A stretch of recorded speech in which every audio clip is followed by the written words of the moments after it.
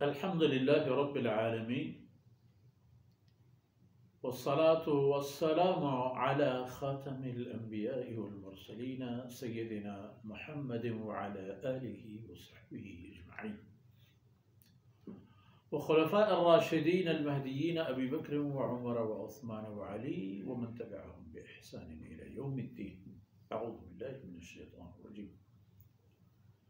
ألم نجعل له عينين ولسانا وشفتين وهديناه النجدين فلا اقتحم العقبة وما أدراك ما العقبة فك رقبة.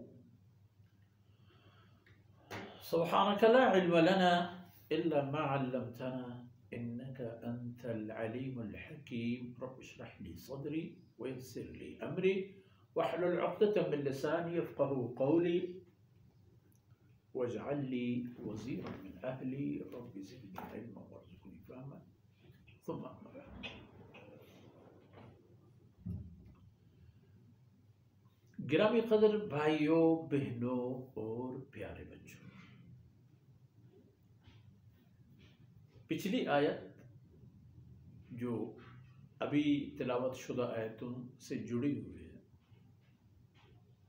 فرمایا اَيَحْسَبُ أَن لَّمْ يَرَهُ أَحَدٌ، جو مدعی ہے کہ میں نے بہت مال کمایا ہے، خرچ کیا ہے، کھایا ہے، کھلایا ہے، اڑایا ہے، تو کیا سمجھتا ہے کہ کسی نے اسے دیکھا نہیں ہے کہ وہ کہاں سے لا چکا ہے اور کہاں لے جا چکا ہے؟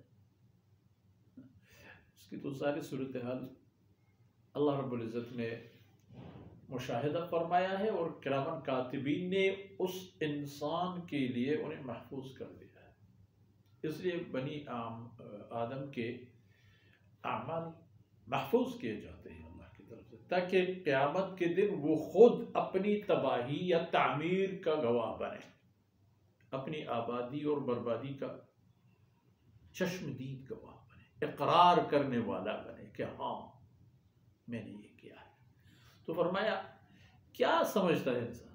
الم نجعل له عینین، کیا ہم نے اس انسان کو دو آنکھیں نہیں دی ہیں؟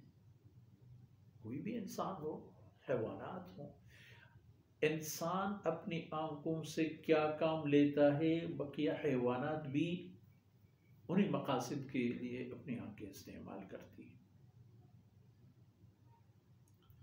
تو پھر اشرف المخلوقات کی دید اور ان کے نقطہ نظر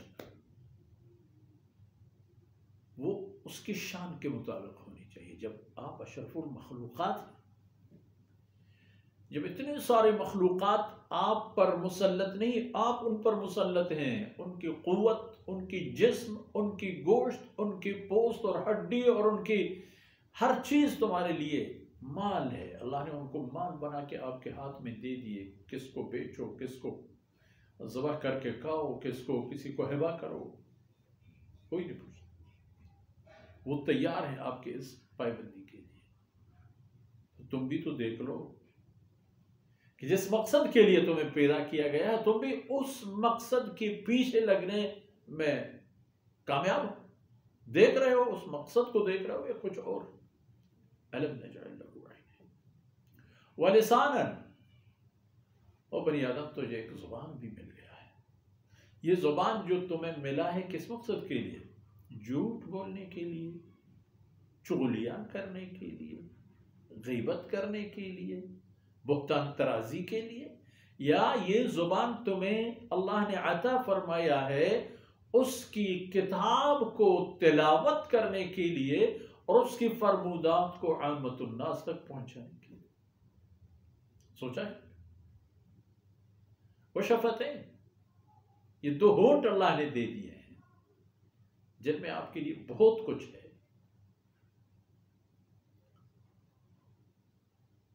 تو ان کو آپ نے کہاں استعمال کیا ہے؟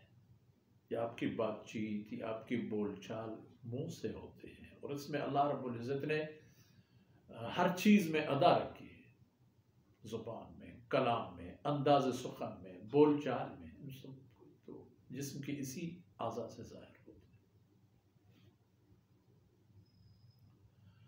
اور یہ سارے حقائق تسلیم کر چکے ہو نا، پھر یہ بھی دیکھ لو ہدیناہ النجدین، اسی انسان کو دو راستے ہم نے بھی دکھا دیے، کسی اور نے نہیں. یہ بھی اللہ رب العزت فرماتے ہیں یہ خدائی کام ہے، یہ اللہ رب العزت نے اس کے لیے انتظام اور سہولت فرمایا کہ اس کو دو راستے جو اس کے سامنے ہیں، دونوں راستے اس کو دکھا دیے، اس وضاحت کے ساتھ کہ بھئی جن رستوں سے جا رہے ہو اے بنی آدم، ان کا منزل کہاں ہے اور منزل میں کیا ہے، سب باتیں واضح ہیں.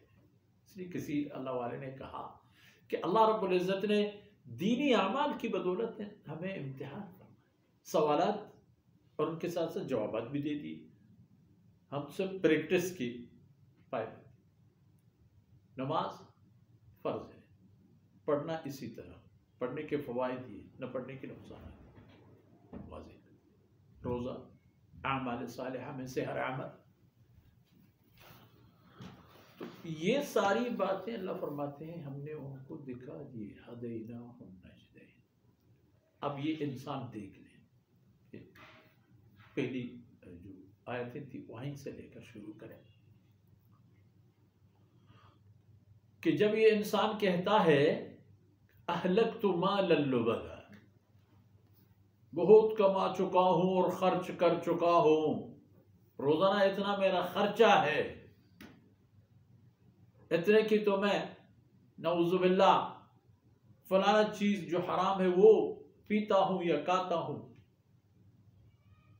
اور سمجھتا ہے کہ میں جو کر رہا ہوں کوئی مجھے دیکھے یا نہ دیکھے کیا فرق پڑے گا، کسی نے ان کی گواہی دینی ہے تھوڑی. فرمایا یہ دیکھیں آنکھیں، یہ چہرہ، یہ ہونٹ، یہ زبان، یہ سب باتیں مل گئی. کیوں؟ تاکہ آپ منزل پاؤ، تاکہ جہاں جانا ہے وہاں تک پہنچنے میں آسانی ہو.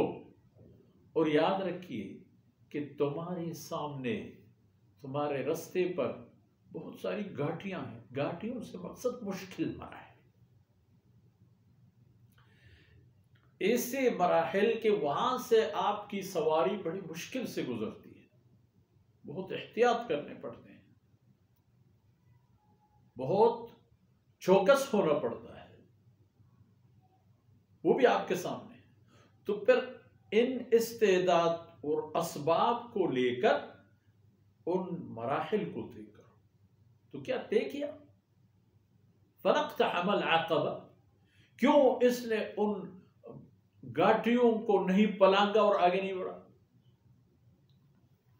یہیں اپنے آپ کو مصروف رکھا، اسی دنیا میں کمایا، یہیں اڑایا، یہیں اپنی وسائل، اپنی استعداد، صلاحیتیں، قابلیتیں سب خس و خاشاک سمجھ کر بہا دیا، اور خالی ہاتھ مر رہا ہوتا ہے.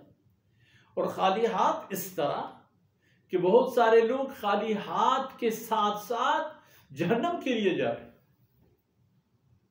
شرک اور کفر یا عقائد لے کر، ان پر چل کر، ان پر جی کر مر رہے ہیں. اور یہ اللہ کا فیصلہ ہے کہ کافر اور مشرک جہنم کے اصل ساکنین میں سے ہوں گے، ان کے لیے جنت حرام ہے. وَمَن يُشْرِكْ بِاللَّهِ، چونکہ در اصل شرک کفر بھی ہے، شرک در اصل کفر بھی ہے. وَمَن يُشْرِكْ بِاللَّهِ فَقَدْ حَرَّمَ اللَّهُ عَلَيْهِ الْجَنَّةَ، جو شرک کر کے مرتا ہے اللہ نے اس کے لیے حالت شرک میں جو مرتا ہوا دنیا سے چلا جاتا ہے اس پر جنت حرام. وَمَأْوَاهُ النَّارُ، اور اس کی اصلی اور دائمی قائمی ٹھکانہ جہنم ہی ہوگا.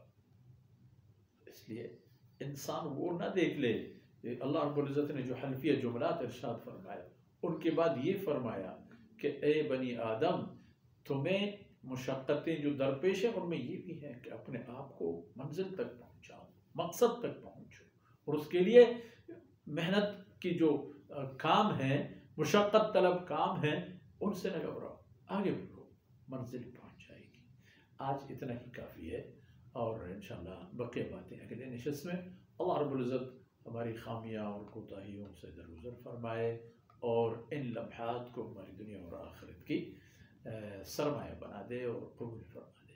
اللهم صل وسلم وبارك على سيدنا محمد وعلى آله وصحبه أجمعين والحمد لله رب العالمين.